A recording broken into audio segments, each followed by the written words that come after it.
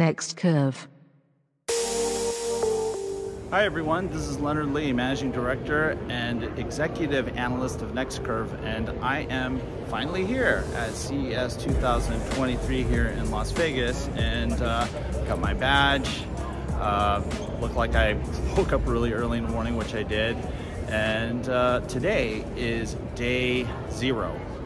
And they had a day -1 yesterday, which was mainly for media and press, and today is also for media and press. And so I will be meeting with some companies today to check out demos and to meet with some executives and get some early insights, leads into what CES 2023 is going to be for at least our research agenda. So let's talk about what we're going to cover in the next couple of days. Okay, so here are the priorities that neXt Curve has for CES 2023. Number 1, automotive.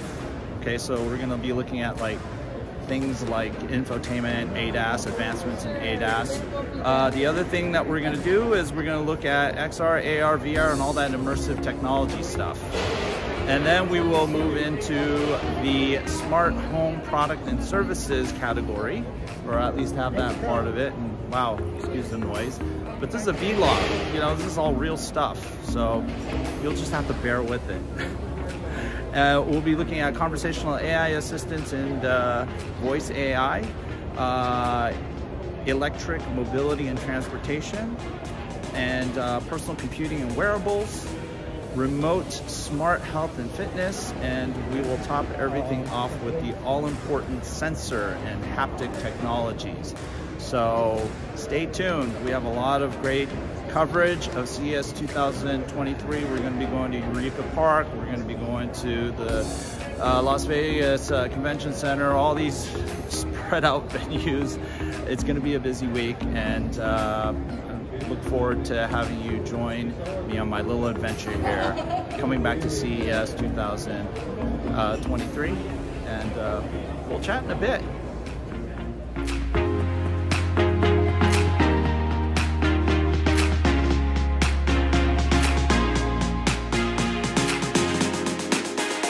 Okay, this is kind of tight, but I'm here at the Qualcomm demo.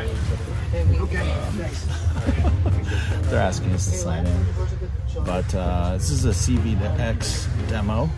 This should be interesting. I've covered a lot in intelligent transportation, so important technology. I'll sign in and we'll chat in a bit. This is pretty important and interesting technology that could be very transformative in how we have safety. While potentially transformative, Jim Miser mentioned that an important first step was for the FCC to commit the 5.9 gigahertz band to CV2X.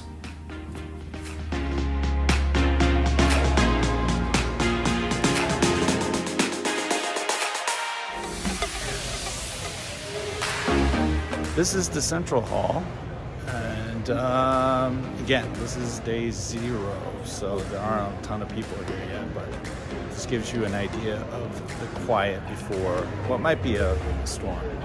So I'm here for the Sony press event, so I'm going to be going in right now.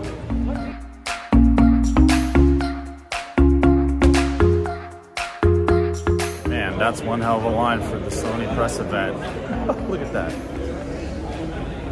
I hope I can get in. Jeez, I should have came earlier.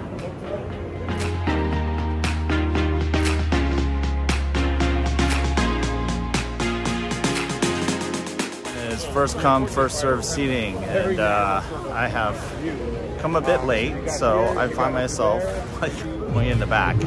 But I can still see the stage, so I guess that's a good thing. So hopefully I'll be able to capture something. Once everybody gets we'll see. Kenichiro Yoshida.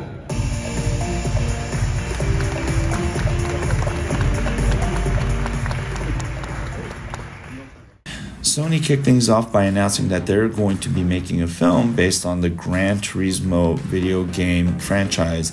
And as you can see from the visuals, it's amazing. And that's because Sony's introducing a number of innovations that allow filmmakers to create these amazing new cinematic experiences. And that's how they describe themselves, a virtual digital experience company. And they provide tools to creators to create these new amazing experiences. And on the PlayStation front, they announced VR2, available February 22nd. And the PlayStation 5 should be more available in 2023 because, according to Sony, the chip situation has gotten better. And here's a surprise. Sony and Honda announced Sony Honda Mobility to do what? Well, they're going to manufacture a car called a Fila. According to Mr. Yoshida, this is a full digital reimagining of what a car can be from the ground up, and they'll be partnering with Qualcomm and using their full suite of SoCs and technologies for automotive for this new car. And he was joined on stage by Christian Amann, who is the CEO of Qualcomm, and we can expect Sony to be taking orders for this new car in 2025. This is what happens when you're part of the media. You get to sit up front, right? And Lisa Su, who is the AMD CEO, she's going to be doing her presentation shortly. So we'll, take in a little bit and then take off because I got to get hungry. How's everyone doing tonight?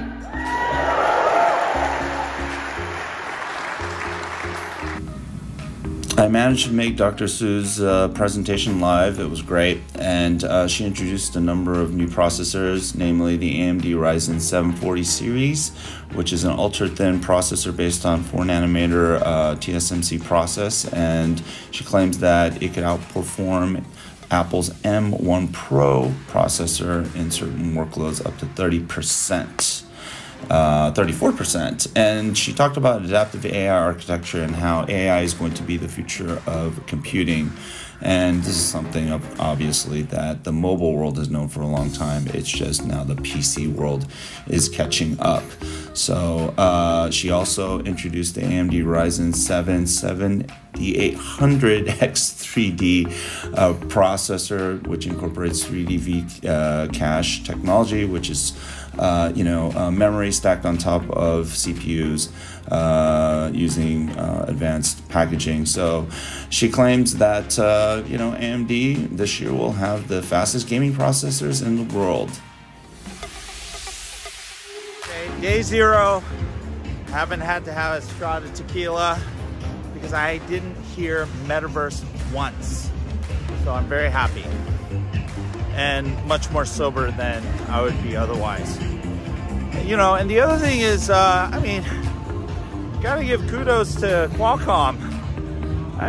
They're making some serious inroads into automotive, and Sony made that surprise announcement today.